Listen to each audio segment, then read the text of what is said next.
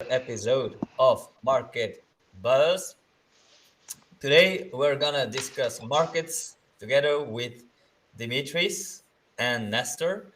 They're both still in Cyprus because we went to the Cyprus Etoro Summit this week. It was a lot of fun. Wait, We met a lot of popular investors. Nestor, do you have an issue? I see your. you can can you check if we're live on YouTube? We are live. I just got We an, are just got live. an, yes. Okay, Okay, good. okay. Because I don't. All right. Let Go me on. let me check. So if we're live, yeah, I can see we're live. We have three Okay, watchers. perfect. Sorry, everybody. Um, yeah. So we didn't plan an emergency stream just because the markets are a bit of crashing, and we wanted to be there for you guys. If you have questions, put them in the chat. We're gonna see what's going on. We're gonna look at markets, stocks, crypto, gold, whatever you want, and give our take. Are we near the end of the 4 year cycle for Bitcoin? Is the business cycle for stocks over? Um, we're all gonna discuss it today. So first of all, let me start with you, Nestor. Uh, Feeling fresh after all the partying, or how do you feel?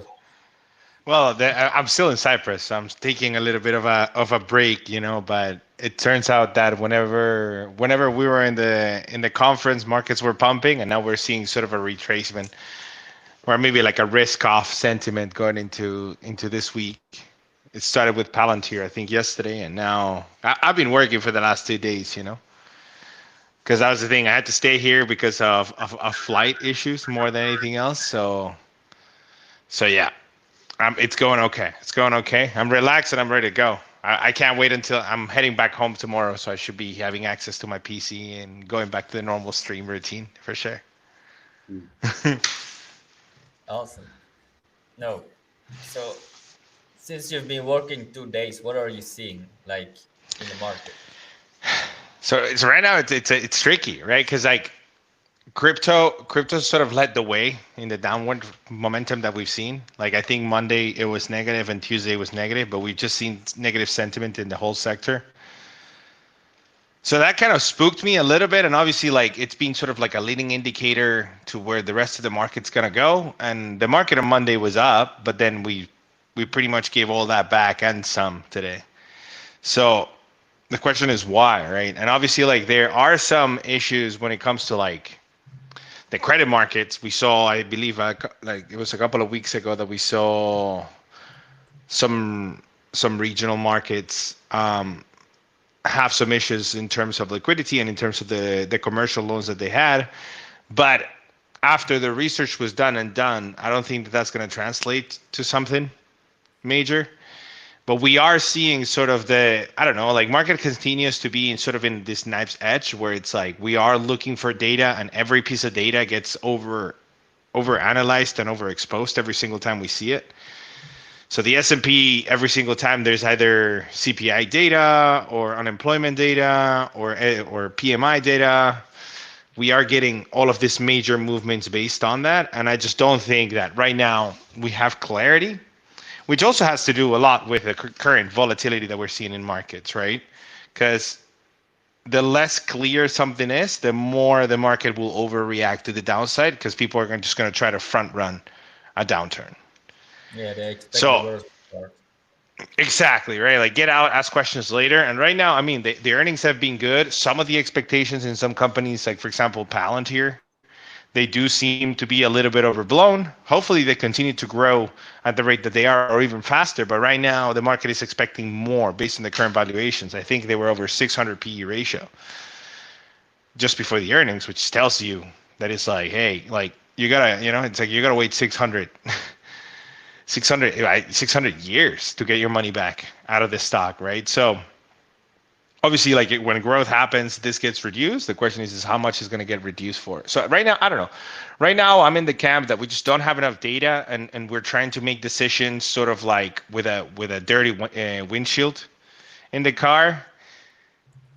but I don't see anything in the front that should scare me just yet. I mean, there are some yellow flags sliding. Like again, I've been sort of cautious all throughout, but I mean, we're still sort of high, right? Like we're still sitting very close to all-time high, like high levels. I think before yesterday, the Bitcoin on a year basis was up 56%. So it tells you that the market's it's at a high level. The question is can it continue to go up? People are looking for an excuse to sell, and unluckily they found one with Palantir, right? And with like the Fed repo like sort of getting activated and a couple of like institutions starting to borrow money, it shows you that there's problems with liquidity. The fact that we are at such high margin levels kind of spooks me, and derivatives tradings are also at all-time high. So the big question that I have in my head, which I'm trying to sort of decipher, is whether the liquidity will have an impact in asset valuations, right? Because like who's buying here? What this makes me believe is there's just not enough buyers to kind of like go in and buy the dip, but we're still sitting at pretty high levels. So we still have to get through a bunch of data this week. We have AMD earnings today. We have jobs data tomorrow, I believe. So something to be paying attention to for sure.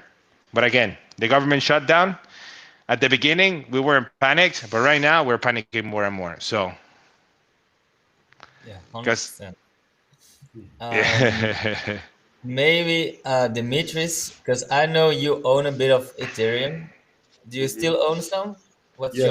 your plan here? So I own a bit of Ethereum and a bit of Solana, and even though it's not a lot, it's probably like 7% of my portfolio. I felt the drop in the last couple of days. And people that have more crypto in their portfolio is been eating their performance from equities in the last few days, and it doesn't feel good. And we're all wondering what is going on. But then I was telling Nestor this earlier, I'm getting end of 2021 vibes. And Okay. and I would like to and for get those who don't know, yeah, for those who don't know, 2021 and last quarter vibes was the peak of the markets, right? what's So the peak we're of the markets. I would like to get Timothy's thoughts on that. At the same time, yesterday I'm watching CNBC and I see Tamli is calling for a 7,500 target on S&P, right? It's like whatever happens, Tamli is going to be bullish. Um, but I don't know, something doesn't feel right here. And the crypto, everyone is anticipating alt season. Um, but yeah, something doesn't feel right to me right here. And yeah, that's my thoughts on crypto. Yeah, okay. So maybe I can pull up the cycle chart to see where we are in the cycle and just riff on what we're seeing right now. Because every 4 year cycle has um, been bullish at the start for the first 3 years, and then the last year is usually bearish. All right. Right now, the market has exactly topped where we would see a top in the previous cycle. So it was around October, beginning of October for Bitcoin this cycle.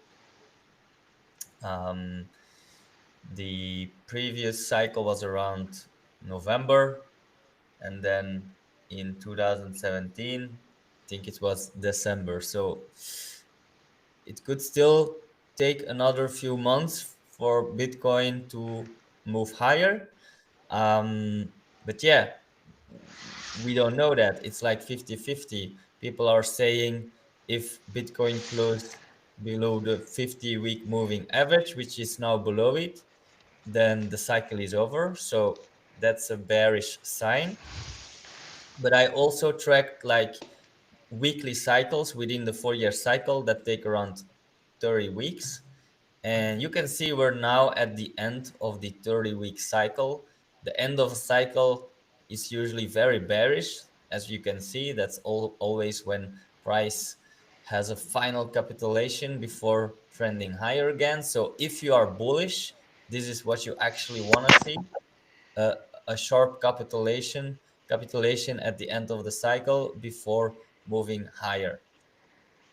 So my stance, I remain, I will say I will give Bitcoin the edge, give Bitcoin the, how do you say it, the Benefit of the doubt.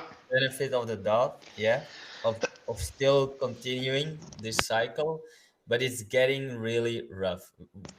We have to consider that Bitcoin is not altcoins, because if you look at altcoins, they have been dropping like knives.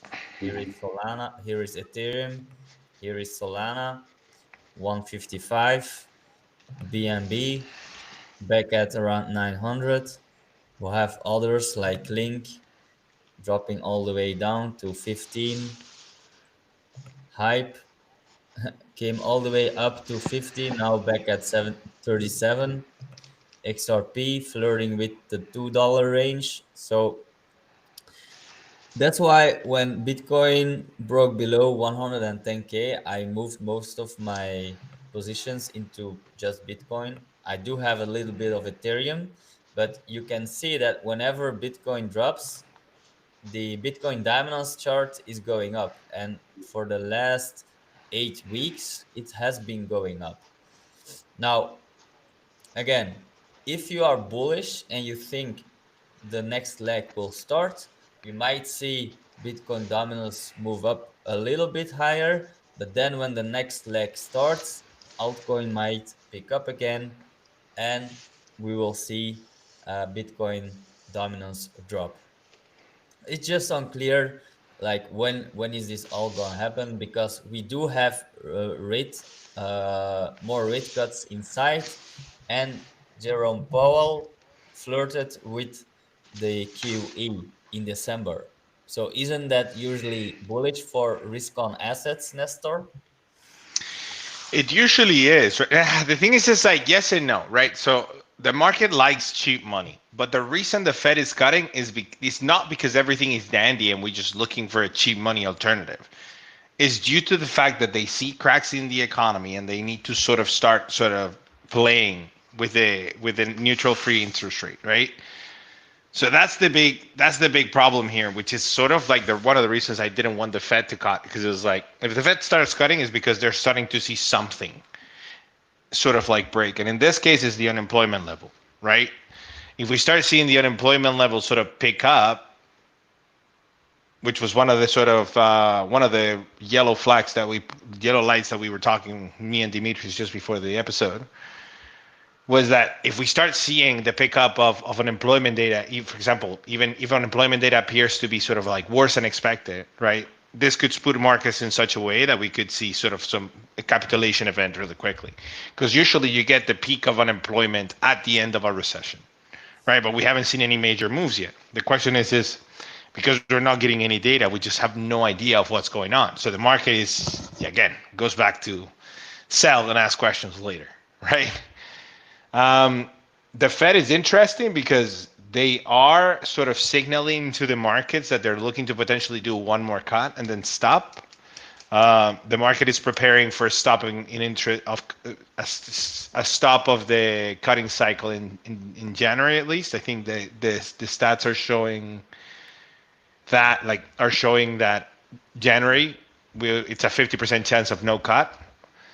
So the likelihood is we don't get a cut potentially, but again, we just don't have the data. And the fact that we don't have the data, and the longer we go on not having the data, the higher the risk of that data either being wrong or being incomplete or being a game changer in terms of what the market could expect. But again, there is a lot of fear, uncertainty, and doubt heading into this sort of like earnings season, right? So we came in very strong into the earnings season, and I just think, in my opinion, right now, it does feel like it's just a profit taking cycle as fear, uncertainty, and doubt sort of start taking the table. But again, could we see it go down even further? Sure, right? But there's many assets. I mean, look at Meta. The drop on Meta was massive, right? The drop on Netflix was massive. So we have seen some some capitulation events in some companies that are getting punished because either their capex is too much or maybe they had one-time payments that they had to get away from. Is it at the start of something bigger? I don't think so, but I'm paying very close attention to that, right? So right now, I would say the Fed is in a cutting cycle. They have to be neutral, and that's okay, just because they don't want to spook the markets too much. Hmm. Because if we start getting 50 points, then we're gonna know something has broken, right? In the lending market or any other thing. So something I'm paying attention to for sure. Yeah. Just a shout out to Dimitris for calling the Amazon move here after announcing a major announcement that they're working together with OpenAI. And you can see when Dimitris called it, it was around 200. Now it's around 250. So big move up. Dimitris, what other golden stocks or golden tips are you seeing right now? Okay, so thank you for mentioning that, but I didn't get to enjoy it because Solana and Ethereum ate all my performance yesterday. That was the thing. And let me get back to what Nestor was just saying about the unemployment. And my fear is, so we all had the stat that if it wasn't for data centers, the US economy just grew 0.1%, right? Mm-hmm. Okay. So the scenario that I'm afraid happening is that the shutdown continues because yesterday the headlines were like the road back to the opening the government, which tells me they haven't been talking yet. So it might take a couple of more weeks. And then by the time everything opens and we get some data, we're going to see an increase on unemployment, and increase in unemployment spooks everyone out. And my fear is that the hyperscalers, they're going to slow down capex, not because they don't have enough money, but because they want to be conservative. They want to play safe. And then the whole thing unfolds. That's my fear. Now it's a speculation, and a lot of things have to happen for that to happen. But I can't think anything else because the earnings season has been solid. Okay, and I don't see any dangers there. As far crypto, I'm not bearish in the short term. I think uh, we're gonna see a rebound in the Q4, but it's 2026 that I'm still weighing what to do with crypto. Uh, but yeah, my fear is that we are blind. We don't have the data, and once the data, once we have them, if they are not good, then it's a shit show. That's my fear. Yes. Yeah, I'm afraid as well. But if we're looking at like the long term, I mean, things are looking bullish, right? Earnings are going doing strong. AI is evolving. The economy is still, yeah, from what we've seen, very bullish. And eventually, the stock price is driven by earnings. And as long as earnings are doing well, we should be positive for the long term. Maybe not the short term, because don't forget the market has been going up for many weeks, and there is you cannot avoid correction, right? So one 5% to 10% drop is very normal during the year, and I don't think we had a 5 or 10% drop besides the April crash. So ever since that April crash, the market really has been moving in one straight line, which is not very normal. So we got a little bit used to how prices kept rising, and now we're seeing a dip. Yeah, this is how markets work. They shake out people. If you're focused on the long term, none of that really matters, in my opinion. But We only yeah, Dimitris, go ahead.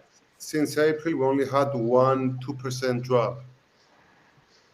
That's a long time. That's a long time to only have like 2% drop. And this Tom Lee said we're gonna get to 7,500 by year end, which suggests another 10% on the S&P in the next 2 months, and that will make 3 years straight of 20 plus percent, which only happened twice in history, before the dot-com bubble and before 1929.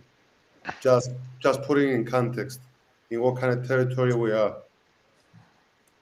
And by the way, Tom Lee can say what he wants, but he doesn't know, right?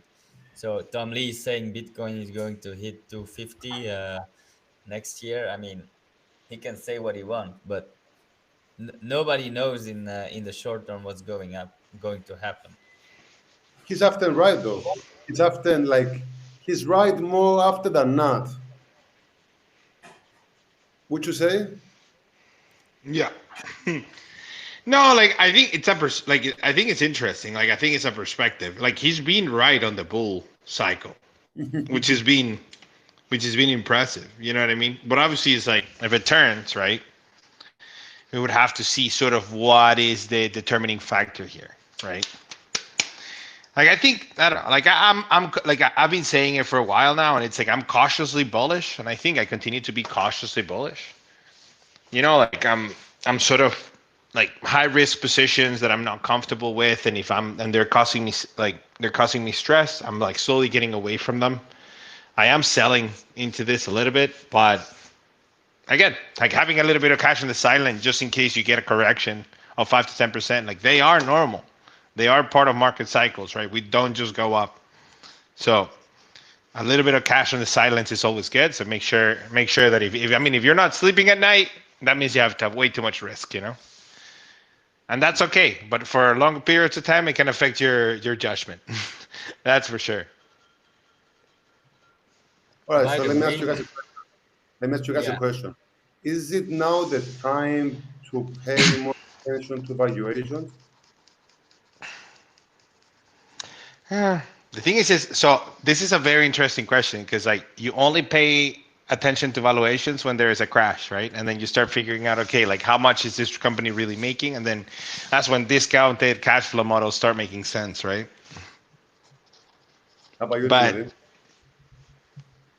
well, I do all the time, especially with the Mac 6 stocks that I own, and I have to say, like, besides Apple and besides um, Tesla, the other ones are pretty fairly valued.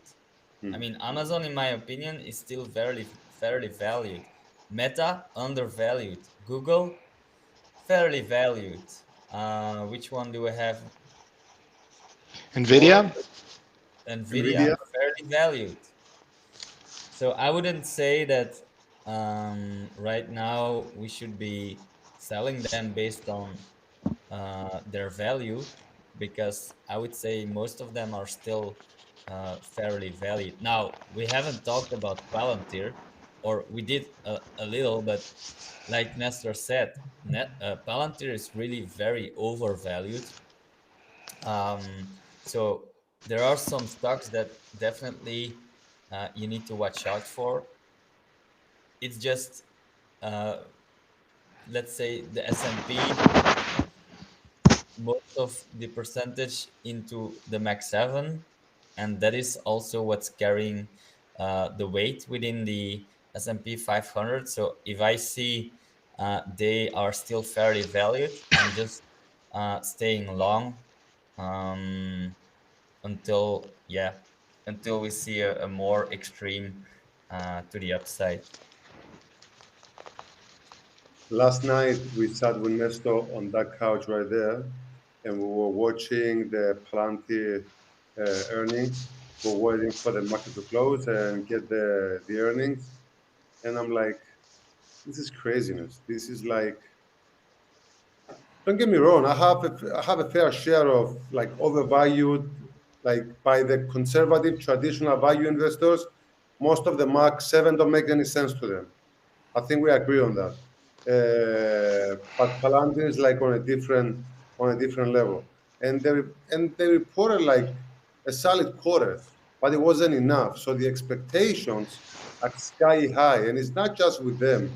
Like we have AMD tonight, and AMD is going to report a good quarter, but what they're expecting from the like in the next 6 months to a year based on the OpenAI deal. So tonight could be another that what the market is expecting, how high are the expectations of the market. When the market has high expectations, then everything could be a reason to be like a correction. And that's what spooks me out. But the OpenAI deal isn't gonna be included in the earnings this Yeah, time around. but the outlook is going to be based on that. Yeah, and Nvidia Yeah, earnings Amazon. I are no when Nvidia next? earnings. They're a while, still a while away. Yeah. 17 November, Yeah, we somewhere have around that SMCI. I range. think today's. Oh, look, today we have Uber. No, we had Uber this morning. We have AMD and SMCI today. Semiconductors. Uber was down when the market opened. Did they report well? It With was down. Uber, Yeah, I think they had decent earnings. If I am, the stock was down when the market I mean, opened. So was the market expecting something spectacular from them as well? Is that no.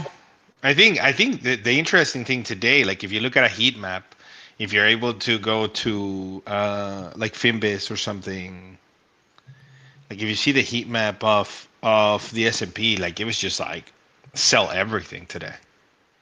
So let me have a look at Uber.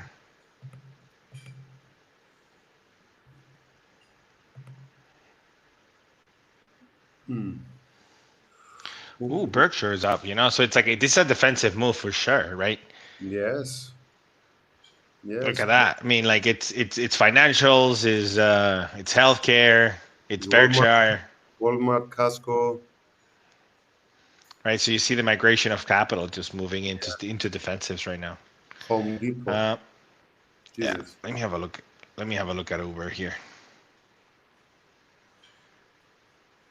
And you So see the market is turning defensive. after we look at Uber, there's like one important question, of course, we have to discuss, and it's, are we buying or are we selling something today? Um, Maybe Nestor, you wanna, because you said you were selling, but have you been buying No, something? I was selling. I was selling Monday. I was selling Monday. I shorted Palantir um, with options. It wasn't a big trade at all, but you know, I wasn't comfortable. Usually, I go into Palantir with calls. I don't hold it long term because I haven't like I like to trade Palantir. It's an interesting one. But yeah, it felt like a short, and I had a feeling. The thing was like I made some money with the short, but then the portfolio ate me alive, right? So it's part of the game. We're losing money, but yeah, I think. Let me have a look. It's the estimate for Uber. Oh fuck. Okay. Oh, this is impressive. I'll double triple check these numbers in Thursday stream, but reported earnings per share was 311. They were expecting 69, so it was a 350% beat, which is nuts. And then I can't. Oh my goodness! I need my computer. This is outrageous. I need a Yo, computer. Dimitri, And revenue question be by 1.3%, 1.4%. question for you, Dimitris. Yes. Where do you think Nova will hit rock bottom? I think it just this is the rock bottom. This is the rock bottom. 48, given like another couple of points down, I would say, is so put, yeah, right there. And the report when? The report, when did the report? Let me see.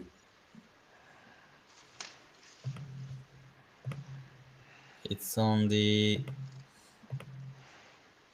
5th of November. So tomorrow. Yeah. So tomorrow. Okay. So the bottom is tomorrow. They report tomorrow, and they did. They fired some people. They changed the majority of the board. They're doing everything they can to engineer a turnaround. And it's a pharmaceutical, and it's like the largest of the world. Is it the largest? I believe it is. Yeah.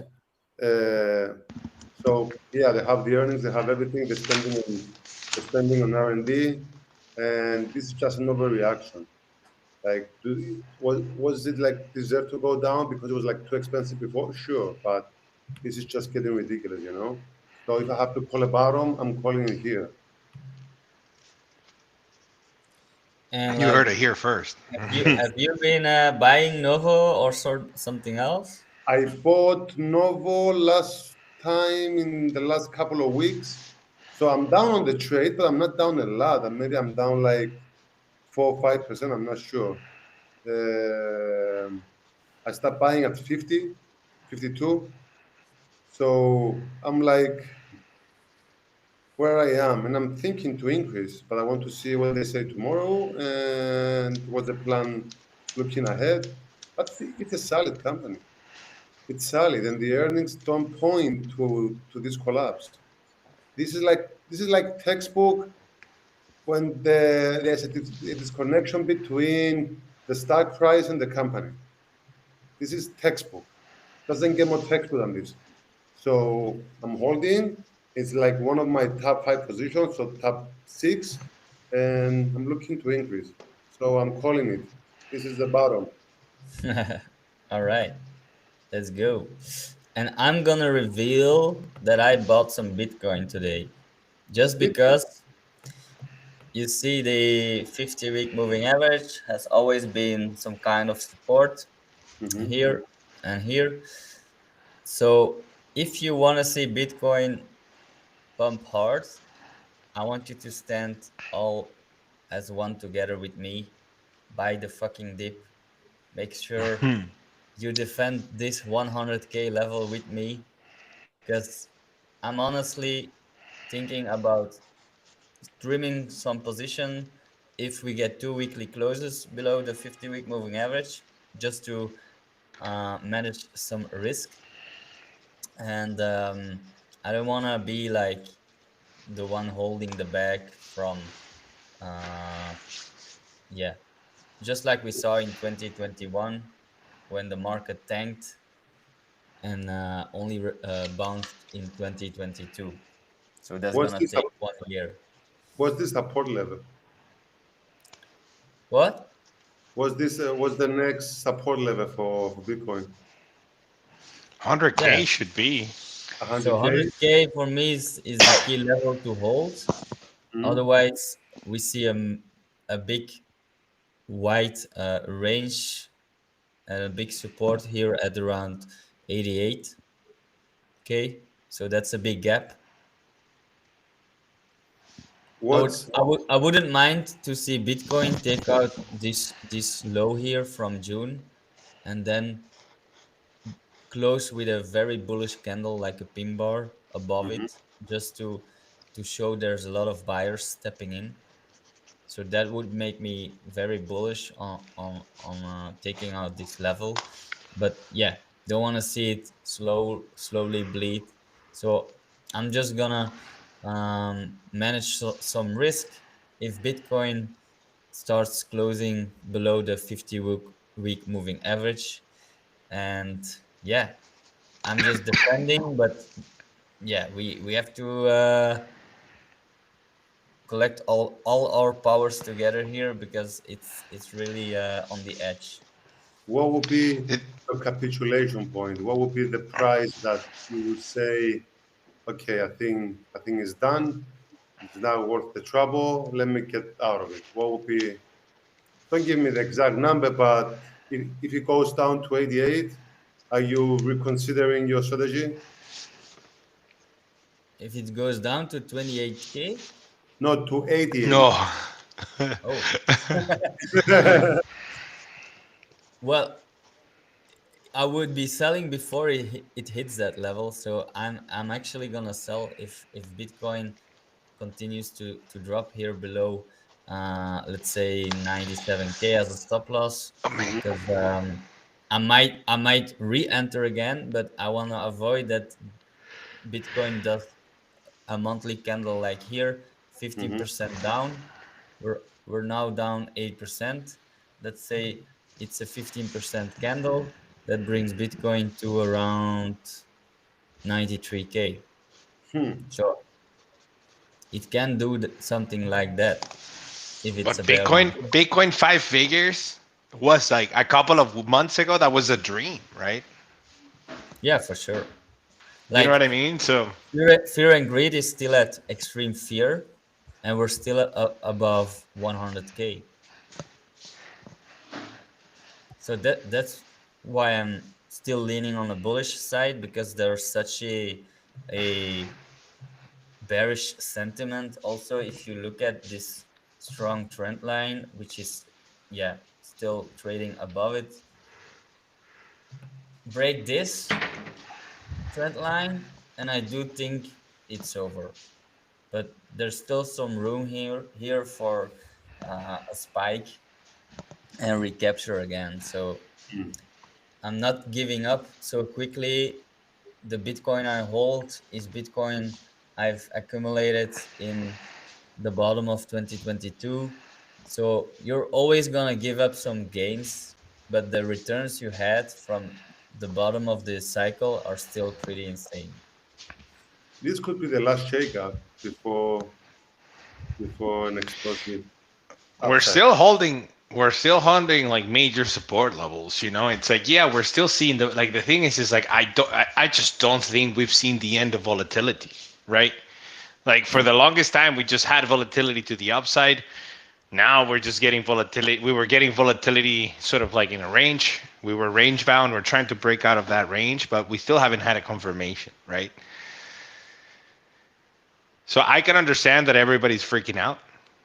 I can understand that there's panic on the streets, but hey, you know, if your thesis, if you believe in the thesis and you believe in the assets that you're buying, I think that you should potentially, you know, cool heads at least for now until something creates that confirmation because we still haven't gotten any news that are sort of making me panic at least, right? Like obviously there are yellow lights, but I haven't seen a red one yet. So just And to that, sort of keep a little bit of do perspective on you know this, you know. when they're gonna reopen the government?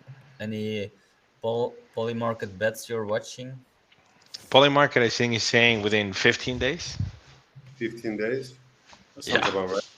That sounds So about that right. that will make it 50 days in total. That would be the correct. that would be the longest ever.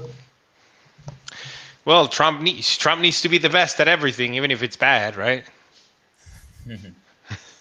So yeah, it's gonna be tricky. Yeah, we because it's funny because we called out the government shutdown and we said if the government shutdown doesn't last long, it's not a problem. But if it lasts long, it becomes a problem, and it's starting to become a problem.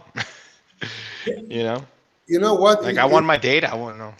It was a question that we all like answered. Like, is it a big deal? And I was like, you know what? It's a nothing burger because I didn't think it would be like this long. I go, okay, maybe like a week or two or like whatever. But this thing is taking longer, and it doesn't look like they are like talking about it. And so it could Yeah. go for a couple of more weeks. How long? And then to answer the question from the chat, how long it takes to get back to normal? It takes it takes few weeks. It takes few weeks, at least for market, to get the data that we've been lacking in the last how many days the market the government has been shut down. So it would take a while to get back to normal. Dimitris, to get an idea, maybe you have an answer for this, and if you don't, Yeah. potentially for Thursday. But what happens when they open up? You know, it's like do we get the data like the next day? like, do we just get all of the data? No, the dates are what the dates are. So you're not So gonna. they'll just wait until the next release? Yes, yes. I don't think they're gonna do Okay. emergency. they're going to do emergency because they haven't been working on them. So the government is closed. Mm. Nobody has been collecting data. Cor- The employee that goes and makes the calls, he's home. She's home. She's having a vacation. So Yeah. it's not like they've been collecting the data but not releasing them. Nobody's collecting the data. So if you get to work on Tuesday and you have to release data on Friday, you're gonna only gonna release what you have. Okay. Okay. Okay. Okay. It's All gonna be right, guys. interesting. It's been 40 minutes. If Yes. anyone has a question, shoot it. But we're gonna wrap it up. Maybe a If last word not, from you, Dimitris. Um, I think Nesto did some good buying today. He bought a suit today. Oh, yes, I did. Yes, I did. You know, gotta spend my gain somewhere. he Right spent now, he spent 2.5 shares of Nvidia on a suit. is the truth. Hopefully next year is well.